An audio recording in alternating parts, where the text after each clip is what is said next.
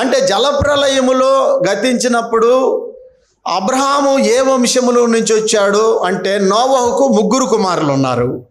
3 కుమారులు, ఒక కుమారుని పేరేమేరు? షేము. షేము తర్వాత అర్పక్షదు. అర్పక్షదు తర్వాత ఇట్లా అందరు పుట్టి లాస్ట్కి ఎవరి దగ్గరకు వచ్చిందంటే తెరహు దగ్గరకు వచ్చింది. తెరహు 10వ తరం వాడు. మీరు అక్కడి నుంచి చదువుకుంటే కిందికి వచ్చి నెంబర్లు వేసుకోండి. తెరహు ఎన్నో తరం వాడు చెప్పండి? 10వ తరం వాడు. అంటే నోవహు జలప్రలయం తర్వాత నోవహు కుమారుడగు షేము నుండి తెరహు అనే వ్యక్తి 10వ తరం వాడు. 26వ వచనం చదువుదాం. తెరహు 70 ఏళ్ళు బ్రతికి అబ్రహామును నాహోరును కనెను. అంటే అబ్రహాము ఏ వంశానికి సంబంధించిన వాడు? నోవహు కుమారులలో షేముకు. గుర్తుపెట్టుకోవాలా, ఇది అర్థం చేసుకోవాలా. జలప్రలయం వచ్చిన తర్వాత జనరేషన్ ఈ ప్రపంచంలో స్ప్రెడ్ అవుతుంది. ఈ అబ్రహాము ఏ సంతానానికి సంబంధించిన వాడు నోవహు కుటుంబంలో అంటే చెప్పండి? షేము. గుర్తుపెట్టుకోండి, షేము రాసుకోండి కూడా. షేము సంతానానికి. షేము సంతానములో ఎవరికి జన్మించినాడు? తెరహుకు. తెరహుకు ఎంతమంది?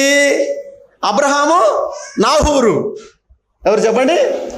అబ్రహాము, నాహూరు. అంటే అన్నదమ్ముల్లో ఈ అబ్రహాము నాహూరుకు జన్మించినటువంటి ఈయన 10వ తరం వాడు. ఇక్కడే కాదు, లూకా సువార్తలో కూడా కింద నుంచి ఉంటుంది ఆరోహణ పద్ధతి, అవరోహణ పద్ధతి. చదవండి, తిరగండి. లూకా సువార్త 3వ అధ్యాయం 34-36 చూడండి. యూదా యాకోబునకును, యాకోబు ఇస్సాకుకు, ఇస్సాకు అబ్రహామునకు, అబ్రహాము తెరహుకు, తెరహు నాహోరుకు, నాహోరు సెరుగు, సెరుగు రయును, రయును పెలుగు. ఇలా అంతా వచ్చేస్తున్నారు. అంటే అట్నుంచి వస్తుంది ఇది. ఇక్కడ కింద చూడు 38 వచ్చినాం. ఆదాము, సేతు, ఏనోసు, కైనాను, మహలేలు. ఇట్లా పైనుంచి కింద నుంచి పైకి. ఇక్కడ అక్కడేముంది? పైనుంచి కిందికి. ఎటు తిరిగిన 10వ తరం వాడు ఎవరు? తెరహు. ఈ రెండు మనకు బాగా ఈ విషయాలను జ్ఞాపకం చేస్తాయి. సరే, ఇప్పుడు తెరహు అబ్రహాము, నాహూరు అనే వారికి పితరుడు. ఇప్పుడు 11వ అధ్యాయం 32 వచనం చూడండి. 11 ఆదికాండం 11వ అధ్యాయం 32 వచనం. తెరహు బ్రతికిన దినములు 205 ఏళ్ళు. తర్వాత ఏం జరిగింది? అది తెరహు ఎక్కడ మృతి పొందాడమ్మా? హారాను. తెరహు హారానులో మృతి పొందినాడు. తెరహు 205 సంవత్సరాలలో చనిపోయినాడు. అప్పటికి అబ్రహాము వయసు ఎంత? తెరహు చనిపోయే సమయానికి అబ్రహాముకు వయసు ఎంత ఉంది? 12వ అధ్యాయం 4వ వచనం. తెరహు చనిపోయిన తర్వాత అబ్రహాము హారానులో నుంచి బయలుదేరాడు. తెరహు 130 సంవత్సరముల వయసులో ఉన్నప్పుడు అబ్రహాము పుట్టాడు. తెరహుకి ఎంత వయసు? 130 సంవత్సరాల వయసు వచ్చేప్పుడు అబ్రహాం పుట్టాడు. ఇప్పుడు ఈ 75 కలిపితే ఎంత వచ్చేసింది? 205 సంవత్సరాలు వచ్చింది. కాబట్టి తెరహు ఒక భార్యనే కాదు, ఇంకొక భార్యను కూడా ఆయన కలిగి ఉన్నాడు. తెరహు ఆ రోజుల్లో పురుషులు తక్కువ, స్త్రీలు ఎక్కువ. అప్పుడు ఏం చేసేవాళ్ళంటే వాళ్ళకు వావి వరసలు లేవు. ఏం లేవు చెప్పండి? మోషే ధర్మశాస్త్రం వచ్చింది కనుక వావి వరసలు వచ్చాయి. అత్త, అబ్బ, నాయన, చిన్నాయన, అవి వరుసలు ధర్మశాస్త్రం నుండి వచ్చినాయి. ధర్మశాస్త్రానికి ముందుగా ఏమి లేవు, వావి వరుసలు లేవు. కయీను ఎవరిని పెళ్లి చేసుకున్నాడు అని అడుగుతారు. అబ్రహాం ఎవరిని పెళ్లి చేసుకున్నాడు అని అడుగుతారు. ఇప్పుడు అబ్రహాం ఎవరిని పెళ్లి చేసుకుంటున్నాడో చూద్దాంలే. అప్పుడు వావి వరుసలు లేని కాలం. అందుకే దేవుడు ఏమంటాడు? ఆజ్ఞాన కాలం మందు దేవుడు చూచి చూడనట్లున్నాడు, పట్టించుకోలే. ఈ వావి వరుసలు ఇవన్నీ కూడా పట్టించుకోలే, అలాగ వదిలేశాడు. సంతాన అభివృద్ధి కొరకై పశువులు ఎట్లుంటాయో అట్లే ఉన్నట్లు చేశాడు. అంటే అన్నిటిలో మనుషుడే. సంతాన అభివృద్ధి కొరకు వాయు వరుస లేకుండా పశువులు ఉంటాయి కదా, అట్లే చేశాడు. ఎప్పటి వరకు? అబ్రహాము, మోషే ధర్మశాస్త్రం వరకు. సంతానం విస్తరించిన తర్వాత వీటన్నిటినీ దేవుడు అబ్రహాము మోషే చేత ఇచ్చాడు. అప్పటికి అబ్రహాము వయసు 75 చూసినాం. సరే, తెరహు వేరే భార్య కుమార్తె శారా. ఒకసారి ముందు అన్నాడు కదా వెనకటి కాలంలో 20వ అధ్యాయంలో, నా తండ్రి కుమార్తెయే కానీ నా తల్లి కుమార్తె కాదని శారా విషయంలో అన్నాడు. అంటే తండ్రి మాత్రము తెరహే, అబ్రహాము తెరహుకు పుట్టినోడే. అయితే ఈమె తెరహుకు వేరే భార్యకు పుట్టినటువంటి కుమార్తె ఎవరు? శారా. ఇట్లా తెరహు సంతానము కల్దీయుల ఊరను పట్టణంలో ఉన్నారు. ఎక్కడున్నారు ఇప్పుడు? అందరూ అక్కడక్కడ ఉన్నారు. తెరహు వెళ్ళిపోయి కల్దీయుల అనే ఊరను పట్టణంలో కల్దీయ స్థలానికి చేరుకున్నాడు. అక్కడ గుడారాలు వేసుకున్నారు. మనమందరం పోదాం రండి మనమందరం అని ఆ ప్రాంతానికి వెళ్ళారు. ఇప్పుడు ఆ ప్రాంతంలో దేవుడు ఆ భయంకరమైనటువంటి విగ్రహారాధన నుండి మరి తెరహును అబ్రహామును వేరు చేయాలనుకుంటున్నాడు. యెహోషువ 24వ అధ్యాయం 2వ వచనం, ఆ కల్దీయ ప్రాంతానికి వెళ్ళారు. వెళ్ళిన తర్వాత ఏం జరిగింది?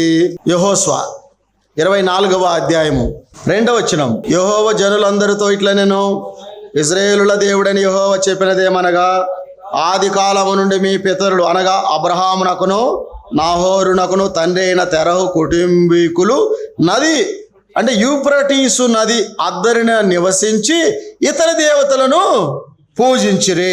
అంటే వాళ్ళు ఎక్కడ ఉన్నారు? తెర సంతానం అంతా యూఫ్రటీసు నది ఉన్నది, ఆ నది దగ్గర ఉన్నారు. అందరూ నదుల దగ్గరనే ఎందుకుంటారు అంటే నీరు కావాలి మానవునికి. ఏం కావాలా? పశువులకు, మనుషులకు, పంటలకు ఏం కావాలా? ఆ జీవన ఆధారమే నీరు. ఎక్కడైనా చూడండి, నది ఎక్కడన్నా పారుతుందంటే మనుషులు అక్కడ ఇల్లులు కట్టుకుంటారు.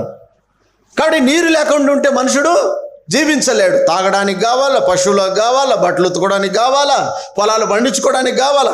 అందుకని వాళ్ళు తిరిగి సంచారం చేసి యూఫ్రటీస్ నది దగ్గర ఆ ప్రాంతాన్ని కనుక్కొని అక్కడ వారు నివాసమును ఏర్పాటు చేసుకున్నారు. 15వ వచనం 24వ అధ్యాయం 15, యెహోవాను సేవించడం మీ దృష్టికి కీడని తోచిన ఎడల మీరు ఎవరిని సేవించెదరో?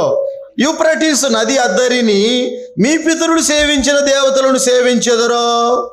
అంటే యూఫ్రటీస్ నది అద్దరికిన తెరహు కుటుంబం పోయి ఎవరిని పెట్టుకొని ఆరాధన చేస్తున్నారు? పోయారు, ప్రత్యేకంగా వెళ్ళిపోయినారు, స్ప్రెడ్ అయిపోయినారు. తెరహు వెళ్ళి యూఫ్రటీస్ నది అద్దరిన గుడారాలు ఏర్పరచుకున్నారు. ఇలా సంతానం, తెరహు సంతానం అంతా అక్కడ ఉండి ఎవరిని సేవిస్తున్నారు? అక్కడ విగ్రహారాధన చేస్తున్నారు. తెరహు అంటే ఓల్డ్ ఫూల్ అంటారు చూడండి. ఫూల్ అంటే కొందరు మా పితరులు వేసిన మార్గం ఇది, మేము ఇందులోనే ఉంటాం జీవితకాలం అంతా అంటారు.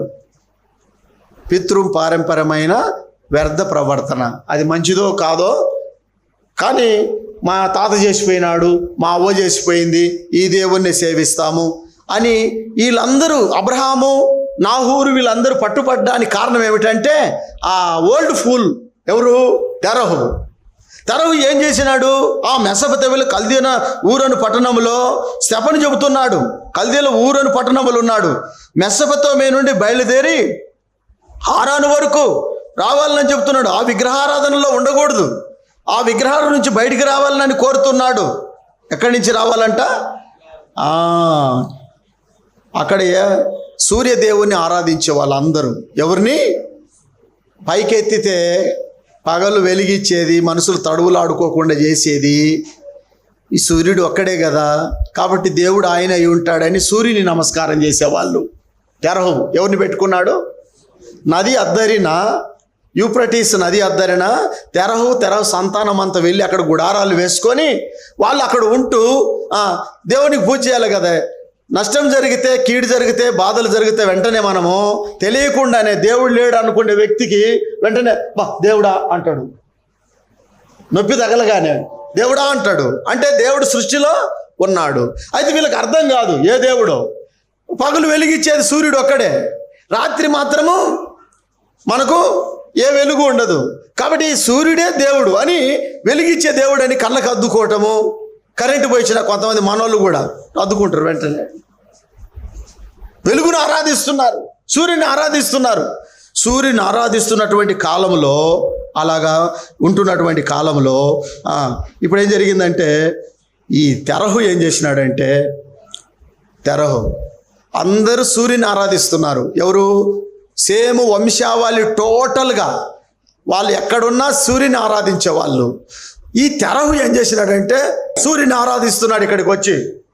అప్పుడు తెరహు కడుపున ఎవరు పుట్టారు చెప్పండి? అబ్రహాము, నాహోరు. ఇప్పుడు అబ్రహాము పెద్దోడు. ఈ వాళ్ళ డాడీ చేసే సూర్యుని యొక్క విగ్రహాలన్నీ అమ్ముకొని వచ్చేవాడు. అప్పుడు దేవుని గురించిన అన్వేషణ అబ్రహాములో మొదలైంది. ఏమంటే, దేవుడు ఒక్కడే ఎందుకు ఉంటాడు? సూర్యుడు ఎందుకు ఉంటాడు? చంద్రుడు ఎందుకు ఉండకూడదు? చంద్రుడు కూడా రాత్రి వెలిగిస్తుంది కాదని అబ్రహాము వాళ్ళ నాయన అడిగాడు. ఏమని? నాయన, దేవుడు ఒక్కడే, ఇదే సూర్యుడే అంటున్నావు, చంద్రుడు ఎందుకు కాకూడదు అని. చంద్రుడు ఎందుకు కాకూడదని నాహోరు వాకు వివాదం. మళ్ళీ చంద్రుడు కూడా పెట్టుకుందాము అంటే ఏం స్టార్ట్ అయింది ఇక్కడ వాళ్ళల్లో? అన్వేషణ. దేవుడు ఒక్కడు కాదు, అది కాదు, అది వద్దు, చంద్రుడు వద్దు, ఇంకా ఎవరిదో ఉంది. అన్వేషణ అక్కడ ప్రారంభం అవుతా ఉంది దేవుని గురించి.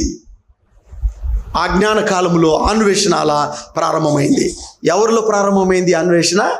అబ్రహాములో.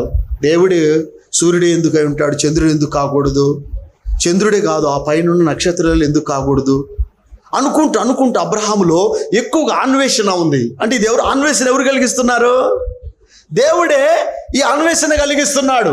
ఈ అన్వేషణ కలిగినటువంటి ఆ పరిస్థితుల మధ్య ఈ విగ్రహారాధన నుండి అప్పటికే తెరహు వంశావళంతా, సంతానం అంతా బాగా పూర్తిగా ఆ యూఫ్రటీస్ నది వద్దన కల్దియా ఆ ప్రాంతంలో పూర్తిగా టోటల్గా జనరేషన్ అయింది. అది కొన్ని వందల సంవత్సరాల కాలం. ఆ తర్వాత దేవుని గురించిన అన్వేషణ, సత్యాన్వేషణ ఈయనలో ప్రారంభమైంది. కాబట్టి అక్కడ ఉండకూడదని ఈయన ఏం చేస్తున్నాడు? బయటికి పిలుస్తున్నాడు. ఇప్పుడు ఏమంటున్నాడు? నీ తండ్రిని తీసుకొని బయటికి రా, ఆ కల్దీయ దేశం నుంచి బయటికి రా అని చెబుతున్నాడు. 11:31 చదవండి. మొదటి పిలుపు ఇది.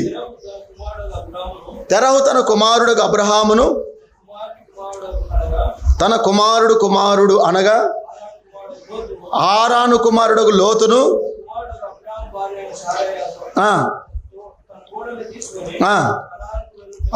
చూసారా, కానాను వెలుటకు ప్రయాణమైనాడు. ఇప్పుడు 32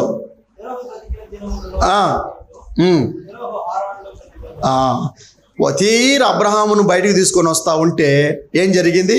అపశకునం జరిగింది. వాళ్ళ నాయన ఎక్కడ చచ్చిపోయినాడు? హారాన్లో చనిపోయినాడు. ఇక హారాన్లోనే ఉండిపోయినాడు అబ్రహాం.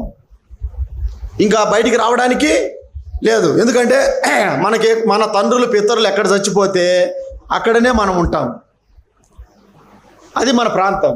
పుట్టినా లేకపోతే చనిపోయిందా ఆ సమాధులను అది వదిలిపెట్టలేము. కాబట్టి ఇప్పుడు అబ్రహాం ఏం చేసినాడంటే అక్కడనే ఉండిపోయినాడు. అబ్రహాం అక్కడ నిలిచిపోయినా యువతలకి రావాలా అనేది దేవుని సంకల్పం. ఆ కల్దీయ ఊరిలో నుంచి రాకుండా ఉన్నాడు. ఇప్పుడు రెండవసారి దేవుడు పిలుస్తున్నాడు. ఆదికాండం 12:2 మొదటి పిలుపు మనము 11:31 చూసాము. రెండో పిలుపు